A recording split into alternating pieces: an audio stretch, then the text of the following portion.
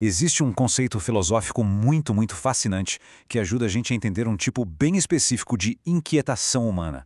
É uma condição que, olha, pode afetar todo mundo, desde os grandes tiranos da história até, sei lá, os andarilhos mais anônimos. Vamos mergulhar nessa ideia. Tudo meio que começa com essa frase, que é bem poderosa. Ela aponta para um impulso que muitas vezes a gente nem percebe, sabe? Uma fome de agir que pode consumir a gente sem que a gente saiba o porquê. Pensa só nessas duas figuras. De um lado, Napoleão Bonaparte, um cara que tentou conquistar o mundo com uma ação assim, implacável. Do outro, o filho pródigo, que sai vagando pelo mundo, gastando tudo que tem sem um propósito muito claro. À primeira vista, eles não poderiam ser mais diferentes, né? E aí é que está o enigma. O que poderia unir essas duas histórias de ação que não para nunca? Que condição oculta eles poderiam ter em comum? A resposta para isso é o que a gente vai explorar agora. E a resposta para o nosso enigma tem nome: catolita. É bom pensar nela como um tipo de diagnóstico, sabe? Não para uma doença do corpo, mas para uma condição do espírito. Uma que nasce de uma ausência, de uma falta fundamental. O termo vem lá do grego katólio, que quer dizer em geral. A catolita, então, é essa condição causada pela falta de um geral. E o que é esse geral? É um princípio maior, uma lei, um propósito que organiza e dá significado para as nossas ações. É como viver sem uma bússola interna. Porque no fundo, a condição humana é uma luta constante para a gente simplesmente ser. A gente busca esse tal de geral para se sentir real, para confirmar a nossa existência para nós mesmos e para os outros. E quando esse princípio falta, a gente sente um desequilíbrio profundo, uma inquietação que fica ali, empurrando a gente. E tem uma analogia da biologia que ilustra isso de um jeito brilhante. Pensa nos protenoides. Eles têm todos os componentes da vida, mas está tudo ali de forma aleatória, caótica, não chega a formar uma linguagem. Agora, as proteínas, elas têm exatamente os mesmos componentes, mas organizados numa ordem específica. Essa ordem, esse geral, é o que cria a vida. A catolita, então, transforma a gente em protenoides humanos, cheios de potencial, mas sem a ordem que dá sentido a tudo. Tá, mas como é que isso aparece na prática?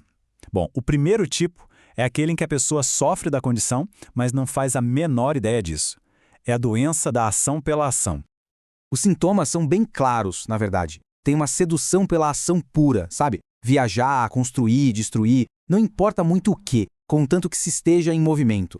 Tem também uma obsessão por acumular coisas, feitos, experiências, riqueza e uma proliferação caótica de atividades. No final das contas, tudo isso leva a um desperdício de si mesmo, da própria essência.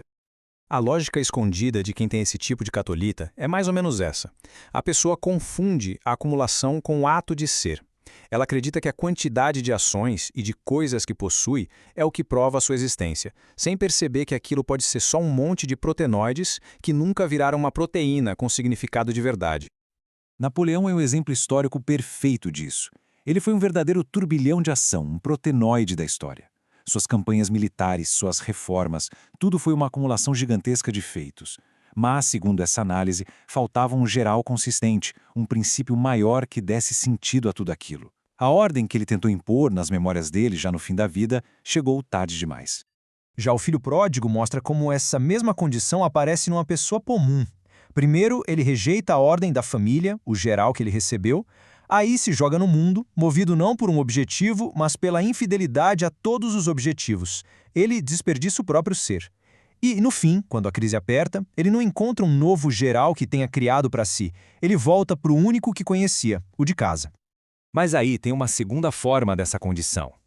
Uma que é ainda mais sutil e talvez até mais dolorosa. É a catolitarita que vem com plena consciência. A chamada doença dos lúcidos.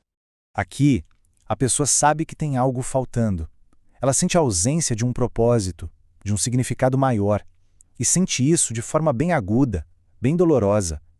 A doença é a mesma, ou seja, a falta de um geral, mas agora ela vem acompanhada da lucidez sobre essa falta. Esse é o território do intelectual, do artista, do filósofo. É a condição que assombra quem busca ativamente um sentido para a vida. O existencialismo, por exemplo, pode ser visto como uma grande expressão cultural dessa catolita consciente. Uma filosofia que nasce direto da angústia que essa falta de um geral pré-definido gera. E o filósofo Søren Kierkegaard talvez seja o grande paciente dessa condição. Ele tinha uma consciência intensa da necessidade de um geral, no caso dele, um compromisso religioso e social. Ele sentiu o chamado, mas no fim das contas escolheu recuar, mergulhar no próprio destino individual, na sua subjetividade. Ele sentiu o vazio e optou por ficar nele. E na sua forma mais extrema, a catolita tipo 2 leva a uma colisão trágica. A pessoa, ciente da falta, vai lá e cria o seu próprio geral, sua própria lei. Só que essa lei pessoal, inevitavelmente, entra em conflito com as leis do mundo. É só pensar em Antígona, que coloca a lei familiar e divina dela contra a lei do Estado. O resultado é a tragédia. Então, o que a gente pode aprender com tudo isso? A Católita, nessas duas formas, nos mostra algo fundamental sobre a busca humana por um sentido.